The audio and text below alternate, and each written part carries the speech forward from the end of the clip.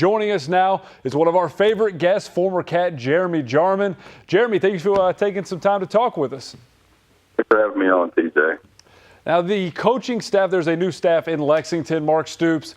So far, seems like they're off to a hot start. They've got a lot of momentum on the recruiting trail. People seem fired up.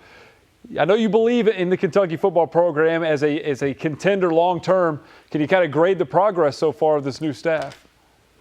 I think that the most obvious grade for this staff right now, through the first 6 months, has definitely got to be an A+. They've come in, they've hit the ground running, a lot of fire, a lot of passion, great staff. Coach Stoops, the job that he did putting together this staff, it's been outstanding. Each guy brings something different to the staff. Each guy brings a different recruiting base to the staff, personality to the staff. Everybody's young. It's been wonderful. Is that kind of just what they need, like kind of just a new face, a shot of life? I know you were around the program last year. Is this coaching staff, is it just as much about giving them like a new face and, hey, we're a new approach, let's change things, and just kind of picking people's up emotionally? Is that a big part of it? It's been a big part of it. They brought in Coach Corum from Florida State, and his philosophy, everything that he's doing and incorporating, it's a different element. From a strength and conditioning standpoint, what he has those guys doing is something that they've never done before. And also, obviously, the psychology aspect to it as well, which is incorporated into all the aspects on the field and off the field with regular visits by Dr. Tannenbaum. So, it's really a state-of-the-art type approach to running a college football program. And the philosophy defensively is going to change. There was a lot, when Rick Mentor was there, some 3-4, some 4-3, mixing it up. Stoops kind of hangs his hat on defense, and a lot of things are changing. As a player, when you're going to a new philosophy, a new scheme on defense, how long does that adjustment take to pick up kind of where you're supposed to be and what you're supposed to do?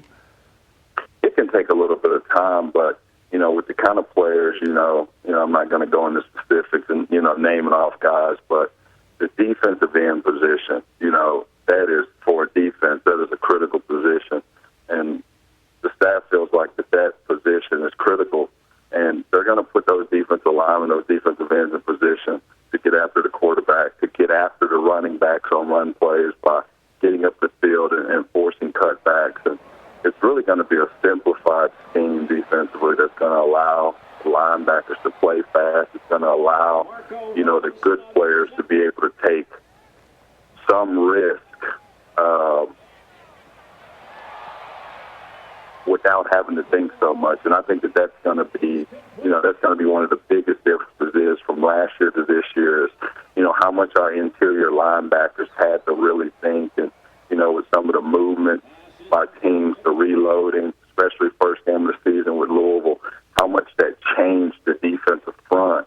Whereas this year, I don't think you're going to see that as much. We're going to get down, they're going to line up, and, they're not going to affect or let tight end movement and things like that affect the defensive scheme and strategy.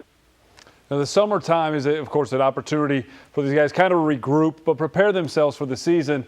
We talked to Derek Abney, and he said that the wide receivers and the quarterbacks need to work on repetition, getting in that rhythm. If you're a leader of this team, if you're an upperclassman, and I know when you were a player, you were respected as a great leader of that team, these summer months, what are you telling the guys on the team, and what is kind of the plan before you get back together in the fall? The plan is to just make sure that you get everybody back that you can. You make sure that guys are taking care of business at the end of the spring semester. Make sure guys are taking care of business academically during the summer and not getting themselves in any kind of trouble that's going to prevent them from being able to get on the field come the fall. So, first and foremost, it's academic preparedness. And once all those guys get back and they're ready, just basically be in a mood to where, when it's time to start fall camp, they just hit the ground running. That they show that they've missed being out there on the field, and they're looking forward to playing Western Kentucky. The quarterback situation is interesting. There are guys there that have experience. Max Smith has a lot of experience. Jalen Whitlow got some last year. Patrick Tolles has played in spurts. Whitlow looked far and away in the spring game like the best quarterback.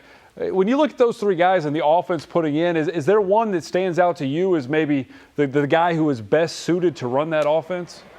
No. There's not a guy that stands out for me that's going to be best suited, and I think that's a good thing because the way that these guys are going to prepare with multiple quarterbacks, it's only going to make everybody better. You hate to be in a situation where you're depending on one quarterback to carry the load. So the more there is a quarterback competition between those guys, you're not expecting, wide receivers to expect the drop-off because all of those guys can get the job done.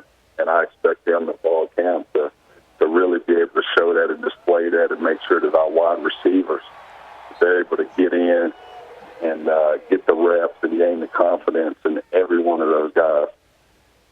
The program, part of what Mark Stoops, when he was hired, was the long-term, the plan for success. And I know you've been on here before and talked a lot about Kentucky being able to be a top team in the SEC and the things that go into it. It seems like their plan is kind of recruit Ohio, get some guys out of Florida, build around this high-powered offense. Is this the recipe, the first, I guess, the long-term success? Are they setting the groundwork for that? Is this as good as you feel about the program in a long time, like fans seem to feel that way? It really is. It really is. It's definitely a good feeling. You hit it right on when you said that, the states that they're going to recruit, they're going to be able to recruit Ohio, they're going to be able to recruit Cincinnati, and with everything that these coaches are able to bring to the staff, you expect to be able to get a few guys out of Texas or a few guys out of Louisiana because Coach Bovito was down there in Louisiana. You expect to be able to get some guys out of Mississippi. You expect to be able to get some guys out of Tennessee, out of Florida, obviously, out of the Carolinas where Coach Scott played at it, before he transferred from UK to UNC. So you have guys that have connections to a lot of different football communities. When you start to be able to get two or three from these different places, you can really create a special recruiting class, and that's what you're going to see, and that's what we've been seeing.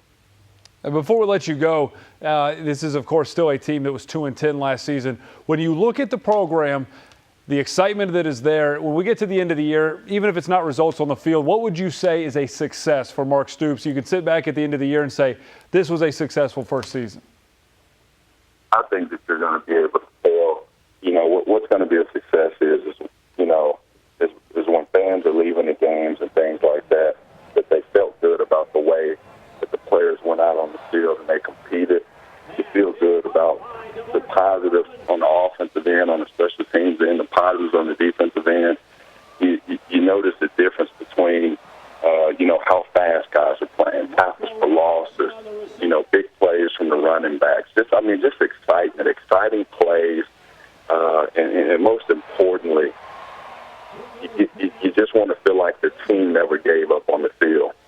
If you lose, as a fan, you just want to know that they went out there and they competed, and that when you leave the game, that you don't feel like, that there were just too many mistakes, that there wasn't a lot of effort or hustle plays. And that's going to be a success because Coach Stoops is going to build this year, and I think, through the spring game and all of that momentum, the kind of players that we're going to be able to get because of the environment that the University of Kentucky has created, the excitement that they've created through this recruiting process, it's going to pay off.